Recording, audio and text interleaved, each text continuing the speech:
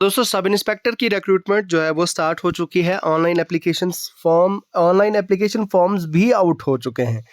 तो ये आपके लिए एक फिर से बड़ी अपॉर्चुनिटी है, एक बड़ा गोल्डन अपॉर्चुनिटी है आप सब के लिए। जितने भी एस्पिरेंट्स आप इस कॉम्पिटिटिव एग्जाम्स के लिए पढ़ रहे हैं या जितने भी एस्पिरेंट्स इन जॉब्स के लिए पढ़ रहे हैं, तो उनके लिए ये कहीं ना कहीं एक बहुत बड़ी गुड न्यूज़ है, बहुत बड़ी खुशखबरी है। ठीक है, अब आपने जो है वो अब आपके लिए ऑनलाइन एप्लीकेशन फॉर्म्स तो आउट हो चुके हैं। तो अब आपने क्या काम करना है कि अब वो तो मैं आपको आगे डिटेल में बताऊंगा कि आगे क्या करना है, कैसे अप्लाई करना है, तो वो सारी चीज़ें मैं आपको बताऊंगा। लेकिन उससे पहले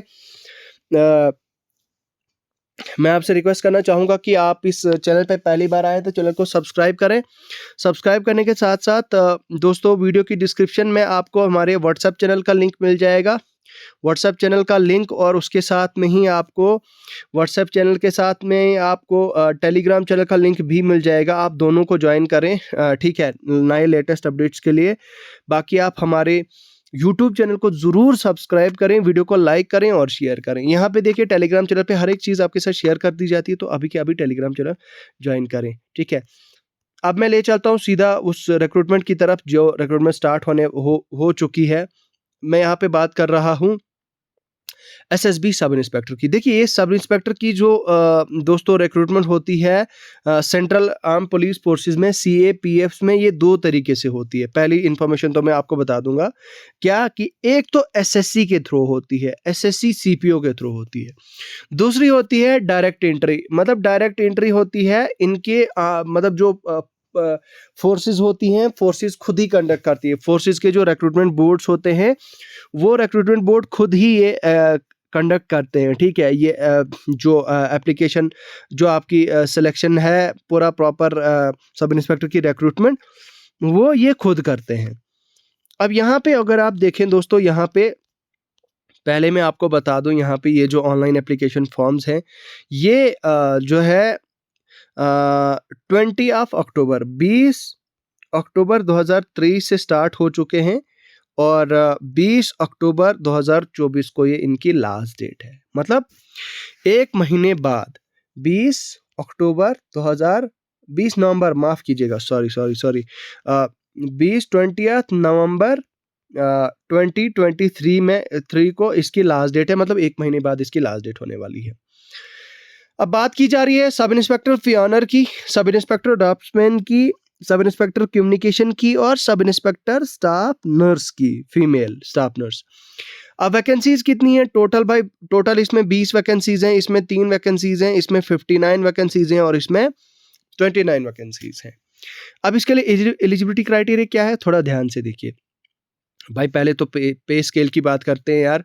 35,400 जो है वो आपकी बेसिक सैलरी है। तो अब आप अगर दिल्ली जैसे शहर में होते हैं या किसी बड़े शहर में होते हैं, लखनऊ जैसे शहर में या फिर ऐसे बड़े बड़े शहरों में आप की अगर जॉब लगती है, तो आपकी जो इन हैंड सैलरी है वो अप्रोक्सीमेटली आज के डियरनेस अलाउंस वगैरह वो उनके हिसाब से जो है वो बन जाती है आपकी अराउंड कोई 70 के आसपास, 73 के आसपास आपकी बनेगी सैलरी। मतलब जो इन हैंड आपको सैलरी आएगी। अब देखिए सब इंस्पेक्टर पियोनर के लिए आपके पास डिग्री होना चाहे सिविल इंजीनियरिंग में या फिर डिप्लोमा होना चाहे सिविल इंजीनियरिंग में। ड्राफ्टमैन के लिए आपका जो 10th पास होने चाहे आप, पहली बात तो ये 10th पास होने चाहे आप। ट्रेड्समैन का कोर्स आपने किया होना चाहे ITI से, या फिर आपने ऑटो कैड किया होना चाहे 1 साल का कोर्स। इसी तरह से sub inspector communication, sub inspector communication के लिए आपकी डिग्री होनी चाहे भाई इलेक्ट्रॉनिक्स कम्युनिकेशन में या फिर कंप्यूटर साइंस में या फिर इंफॉर्मेशन टेक्नोलॉजी इंजीनियरिंग में या फिर साइंस में आपकी ग्रेजुएशन होनी चाहे फिजिक्स के साथ, केमिस्ट्री और मैथमेटिक्स के साथ। ठीक है, तो BSc होना चाहे आपका, लेकिन आपके फिजिक्स, केमिस्ट्री और मैथमेटिक्स आपके जो है वो सब्जेक्ट होने चाहिए। बाकी स्टाफ नर्स, यहाँ पे जो सब इंस्पेक्टर स्टाफ नर्स की रिक्रूटमेंट है, इसमें आपके 10+2 होना चाहिए, आपको 3 साल का डिप्लोमा होना चाहिए, GNM का आपके पास डिप्लोमा होना चाहिए और उसके अलावा दोस्तों 2 साल का एक्सपीरियंस होना चाहिए आपका किसी हॉस्पिटल का। अब यहाँ पे कुछ कैंडिडेट्स को, कुछ गर्ल्स को, कुछ एस्पिरेंट्स को कंफ्यूजन आती है कि सर अगर हम बीएससी नर्सिंग है, मतलब अगर कोई बीएससी करके है, बीएससी नर्सिंग करके है, तो क्या वो एलिजिबल है इसके लिए या नहीं? बिल्कुल इसके लिए वो एलिजिबल है। ऑफ कोर्स ही और she is eligible, provided that कि उसकी एज 20 से लेकर 30 के बीच में हो। ठीक है, तो बाकी ऑनलाइन एप्लीकेशन यहाँ पे बताया गया है कि भाई सिर्फ 30 दिन का समय होगा, 30 दिन के अंदर अंदर जो है वो आपके एप्लीकेशन फॉर्म्स बंद हो जाएंगे। एज रिलैक्सेशन आपकी SC ST की 5 साल होगी, OBC की 3 साल होगी, एक्स सर्विसमैन की 3 साल होगी। बाकी डिपार्टमेंटल का 5 साल की रिलैक्सेशन आपको मिलती है, यहाँ पे आप देख सकते हैं। Candidates who have been ordinary domicile in UT Kashmir during the period of 1980 and, तो यहाँ पे आप देख सकते हैं उनको 5 साल की रिलैक्सेशन मिलेगी।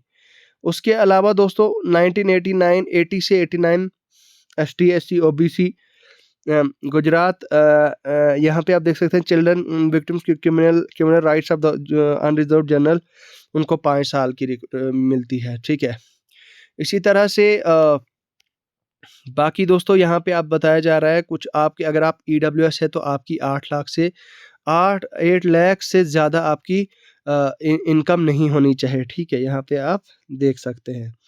बाकी इसके अलावा और क्या बताया जा रहा है कि भाई आपके पास 5 एकर्स ऑफ एग्रीकल्चर लैंड नहीं होनी चाहिए आपका पास, इससे मतलब इससे ज़्यादा नहीं होना चाहिए जो भी यहाँ पे दिया हुआ है। ठीक है, definition special instruction for ex serviceman, तो एक्स सर्विसमैन के लिए क्या क्या होनी चाहिए भाई, ये सारी चीज़ें यहाँ पे दी गई है। बाकी आप ये खुद भी पढ़ सकते हैं, ये डिटेल्ड इंस्ट्रक्शन आपने पढ़नी है। मैं बताता हूँ आपको ऑनलाइन एप्लीकेशन फॉर्म कहाँ से भरना है। आपने क्या काम करना है कि आपने SSB रिक्रूटमेंट www.ssbrecruitment.gov.in पर जाना है। यहाँ से जो है वो आपने एप्लीकेशन फॉर्म्स फिल करने हैं, और क्या इंस्ट्रक्शंस यहाँ पे दी गई हैं देखिए। पोस्ट के लिए, कौन सी पोस्ट के लिए आपने अप्लाई करना है, अगर आप बीटेक हैं, अगर आप नर्स हैं, अगर आप कुछ भी जो भी हैं, आपने वो वहाँ पे क्लिक करना है। तो उसके बाद आपने फर्दर नाम लिखना है, फिर पेरेंटेज वगैरह ये सारी डिटेल्स आपने डालनी है। अब कैटेगरी आपकी ST SC या फिर OBC या EWS होनी चाहिए। ST SC OBC या फिर EWS होनी चाहिए आपकी। इन 4 में से आपकी कोई एक कैटेगरी होनी चाहिए, या फिर ओपन मेरिट भी हो तो चलेगा।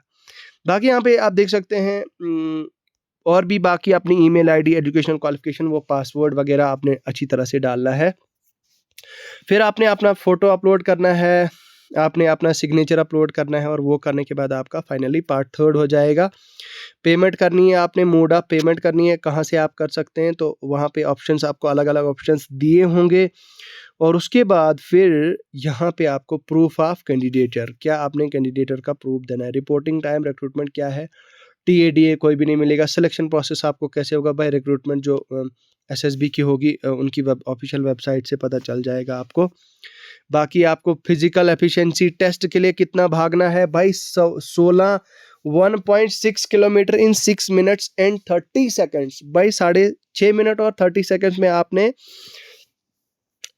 ये रनिंग करनी है। ठीक है, बाकी फीमेल्स के लिए 800 मीटर रेस 4 मिनट में दौड़नी है। बाकी जो है वो ये एक फिजिकल एफिशिएंसी टेस्ट है जो आपने मतलब पास करना है। बाकी इसी तरह से दोस्तों बहुत सारी चीज़ें हैं जो आप खुद भी पढ़ सकते हैं। बाकी मुझे लगता है this much of information is more than sufficient. बाकी अगर आपका कोई डाउट होता है, कोई क्वेश्चन होता है, तो कमेंट सेक्शन में लिख के ज़रूर बताएं। अभी के लिए मुझे दीजिए फ़िलहाल इजाज़त। मैं मिलूँगा आपसे बहुत जल्द एक नए और ताज़ा अपडेट के साथ। तब तक के लिए मुझे दीजिए इजाज़त। खुदा हाफिज़।